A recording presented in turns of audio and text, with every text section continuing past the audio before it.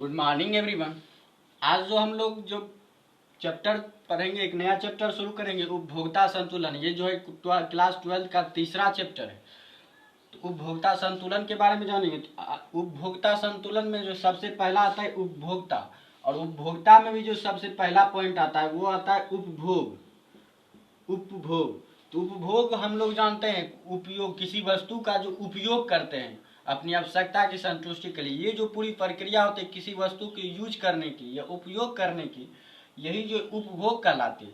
हम जो उपभोक्ता जो होता है ये एक व्यक्ति होता है। एक व्यक्ति भी हो सकता है और व्यक्ति का समूह भी हो सकता है। एक व्यक्ति भी हो सकता है और व्यक्ति के समूह भी हो सकता है। ये आवश्यक नहीं कि उपभोक्ता सिर्फ एक ही व्यक्ति हो। उपभोक्ता जो एक भी व्यक्ति हो सकता है और एक व्यक्ति का समूह भी हो सकता है।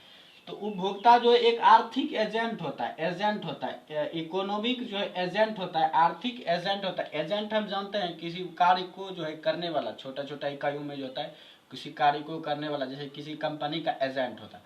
तो एजेंट होता है किसी कार्य को जो छोटे छोटे भागों में जो है क्रिया को जो है संपन्न करता है।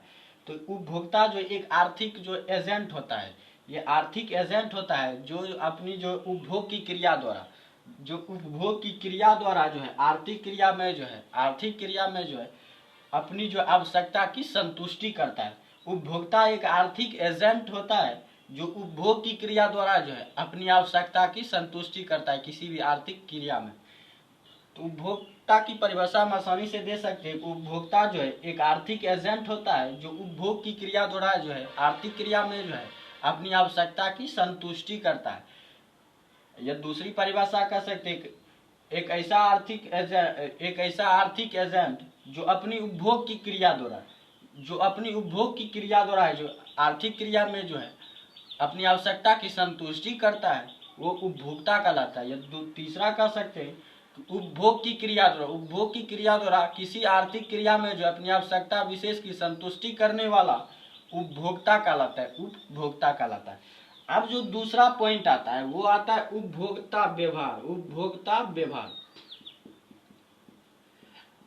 तब दूसरा पॉइंट समझते हैं उपभोक्ता व्यवहार किसको कहते हैं। तो उपभोक्ता व्यवहार तो हम लोग समझते हैं बिहेवियर, जैसा हम लोग एक्शन रिएक्शन देते हैं किसी को सामने या किसी के सामने, जो जैसा हम एक्शन प्रकट करते हैं वही जो हमारा व्यवहार कहलाता है। तो उसी प्रकार उपभोक्ता कैसा व्यवहार प्रकट करता है, वह कैसी क्रिया प्रकट करता है सबके सामने। तो जो है ये क्रिया प्रकट करता है कि वो जो है अपनी आय किसी वस्तु के ऊपर जो खर्च करता है। हम लोग जानते हैं कि आय के द्वारा ही खर्च करते हैं। ये जो अपनी जो आय है, तो ये अपनी आय का जो इस प्रकार खर्च करना चाहता है, ये अपनी आय का किसी वस्तु के उपयोग पर इस प्रकार खर्च करना चाहता है कि ये जो है उस वस्तु का उपयोग अधिक से अधिक कर सकते, ये जो है अपनी वस्तु का उपयोग जो है अधिक से अधिक कर सकते, इस प्रकार यह अपने आय का उपयोग करना चाहता है। और यही जो है पूरी प्रक्रिया जो उपभोक्ता व्यवहार कहलाते हैं। तो उपभोक्ता व्यवहार जो है एक चुनाव है जिसमें जो है व्यक्ति जो है अपनी आय का इस प्रकार खर्च करना चाहता है कि जो है इसे जो है वस्तु की उपयोगिता जो अधिक से अधिक प्राप्त हो सके, ये किसी वस्तु का उपयोग अधिक से अधिक कर सके, इस प्रकार जो ये अपनी आय को खर्च करना चाहता है। तो ये जो है उपभोक्ता व्यवहार होती है। अब जो है यह कह सकते हैं कि उपभोक्ता का जो यही उद्देश्य होता है, यही लक्ष्य होता है एक उपभोक्ता का, वो अपनी आय का इस प्रकार यूज करे कि जो है वो अधिक से अधिक लाभ ले सके किसी भी वस्तु की उपयोगिता का। जैसे कि हम लोग भी किसी दुकान में जाते हैं, किसी सामान को खरीदने जाते हैं, तो हम भी किसी वस्तु को जो है इसी प्रकार खरीदते हैं, ऐसी ही वस्तु खरीदते हैं जो ज़्यादा दिन टिक सके, ज़्यादा दिन हम उसका यूज कर सके। तो हम आय देकर किसी वस्तु को खरीदते हैं तो इसी उद्देश्य से खरीदते हैं कि हम उस वस्तु को ज़्यादा से ज़्यादा दिन टिका सके, या ज़्यादा से ज़्यादा दिन हम उसका यूज कर सके। तो ये जो हमारी उपभोक्ता व्यवहार होती है, ये हमारी उपभोक्ता व्यवहार कहलाती है। और यही जो है हमारा लक्ष्य होता है कि हम किसी वस्तु का जो उपभोग ज़्यादा से ज़्यादा कर सके, या हम किसी वस्तु का उपयोग ज़्यादा से ज़्यादा कर सके, यही हमारा लक्ष्य होता है। तो हम भी जो है एक प्रकार से एक उपभोक्ता ही है। तो ये हम उपभोक्ता व्यवहार समझ चुके होंगे।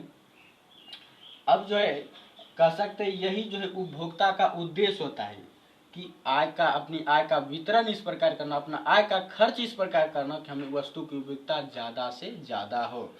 तो वस्तु का जो आय जो हम इस प्रकार खर्च करेंगे कि आय का उपयोगिता जो वस्तु की उपयोगिता वो ज़्यादा से ज़्यादा हो। तो ये जो है उपभोक्ता व्यवहार का उद्देश्य होता है, यही अंतिम उद्देश्य होता है, यही एक उद्देश्य होता है। और यही जो उद्देश्य होता है, यही उद्देश्य या यही स्थिति को जो है उपभोक्ता संतुलन कहते हैं। ये उपभोक्ता संतुलन कहलाता है, यही उपभोक्ता संतुलन कहलाता है। उपभोक्ता व्यवहार में जो है एक चुनाव होती है जिसमें जो हम किसी आय का इस प्रकार यूज करना चाहते हैं कि किसी वस्तु का जो है ज़्यादा से ज़्यादा लाभ प्राप्त कर सके। तो किसी वस्तु आय का वितरण कर, किसी आय का जो वितरण कर जो है वस्तु के जो उपयोगिता को ज़्यादा से ज़्यादा लाभ प्राप्त करने की पूरी जो प्रक्रिया या उस प्रक्रिया में जो हम आवश्यकता की संतुष्टि कर लेते हैं, तो यही संतुष्टि की जो पूरी प्रक्रिया आय वितरण करके जो है वस्तु की उपयोगिता कर जो अपनी आवश्यकता की संतुष्टि करने की जो पूरी प्रक्रिया होती है, यही उपभोक्ता संतुलन कहलाती है।